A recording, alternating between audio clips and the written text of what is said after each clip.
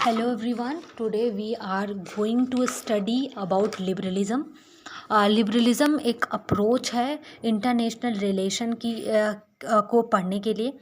तो अगर आज हम लिबरलिज़म के कुछ कंसेप्ट को, कुछ कैरेक्टरिस्टिक को पढ़ेंगे। उसके बाद हम नेक्स्ट वीडियो में पढ़ेंगे कि कैसे लिबरलिज़म एक बहुत ही छोटे स्टेज से और बहुत लार्ज लेवल पे कैसे इसने कंट्रीब्यूट किया इंटरनेशनल रिलेशन में। तो हम बात करते हैं लिबरलिज़म के इंट्रोडक्शन की। तो लिबरलिज़म जो था वो हिस्टोरिकली इमर्ज हुआ किसके फॉर्म में, एक क्रिटिक के फॉर्म में ऑफ फ्यूडल पॉलिटिकल रूल के जो क्रिटिक के रूप में इमर्ज हुआ लिबरलिज़म। और in 18th and 19th century liberal philosopher और जो पॉलिटिकल थिंकर्स थे, इन्होंने क्या किया, इन्होंने पीसफुल और क्या कहते हैं ऑर्डरली इस्टेब्लिश्ड इंटरनेशनल रिलेशन को इस्टेब्लिश करने के लिए डिस्कशन करना शुरू किया। जैसे आप सब जानते हैं कि if there is a problem then discussion will take on that problem and the solution comes out. उसके बाद क्या होता है, तो ऐसे ही क्या होता है जब इंटरनेशनल लेवल पे अगर कोई प्रॉब्लम होती है तो उसको डिस्कस करने के लिए बहुत सारे फिलोसोफर थिंकर्स आते हैं। तो इसी डिस्कशन में एक इमैनुअल कांट हैं, उन्होंने 1795 में एक सिस्टमैटिक प्रॉब्लम्स क्या हैं और उसको और क्या कहते हैं और प्रॉब्लम्स क्या हैं वर्ल्ड पीस के लिए, उसके साथ वो आए। और इसी पे डिस्कशन जो हुआ उसके दौरान इमैनुअल कांट 1955 में एक सिस्टमैटिक प्रॉब्लम्स के साथ आए कि इतनी इतनी प्रॉब्लम्स हैं।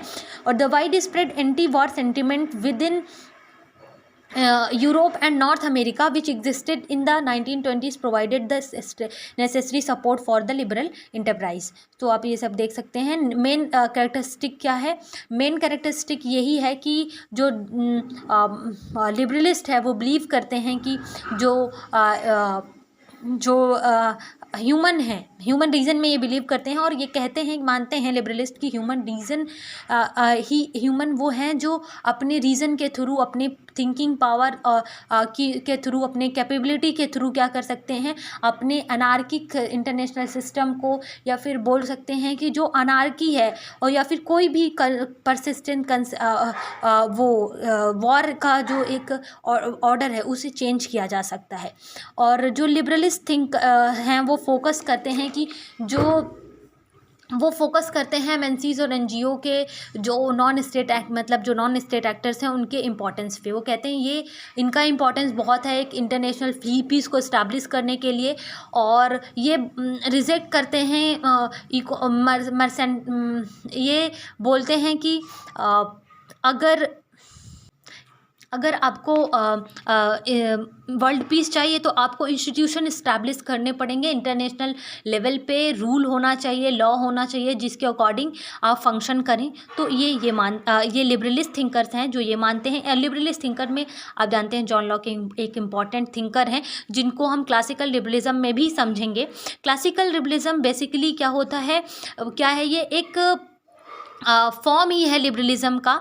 और जो लिबरल थॉट जो प्री सेकेंड वर्ल्ड वॉर के टाइम इमर्ज हुआ। और द बेसिक जो क्लासिकल लिबरलिज्म के जो फाउंडर्स हैं, थिंकर्स हैं, वो जॉन लॉक हैं। जॉन लॉक मानते हैं कि अगर क्या कहते हैं ये फादर ऑफ लिबरलिज्म भी जाने जाते हैं। और ये बोलते हैं कि the main responsibility of government is to protect the rights and liberties of its citizen. Adam Smith हैं जो भी, ये भी इनका लिबरलिस्ट कॉन्सेप्ट है। लेजर फेयर का ये फेयर इकोनॉमी का कॉन्सेप्ट देते हैं। बेंथम है, बेंथम भी क्या करते हैं, इंट्रोड्यूस करते हैं the concept of greatest happiness of the greatest number. तो ये सारी चीज़ें हैं। और अगर हम बात करते हैं 20th सेंचुरी की, तो जो 20th सेंचुरी में लिबरल थिंकर्स जो हैं उन्होंने dominated both scholarship in international relation and policy making. Scholarship मतलब ये पॉलिसी मेकिंग भी इंटरनेशनल रिलेशन में लिबरलिस्ट के अकॉर्डिंग चल रही थी, क्योंकि 18 में जो एंड हुआ वर्ल्ड वॉर फर्स्ट का, उसके बाद जो केओस था उन सभी को सॉल्व करने के लिए लिबरलिस्ट जो अप्रोच थी वो ज़्यादा बेटर थी देन रियलिस्ट अप्रोच। लिबरलिज्म उस समय डोमिनेट भी कर रहा था, अगर आप सबको ये पता हो तो।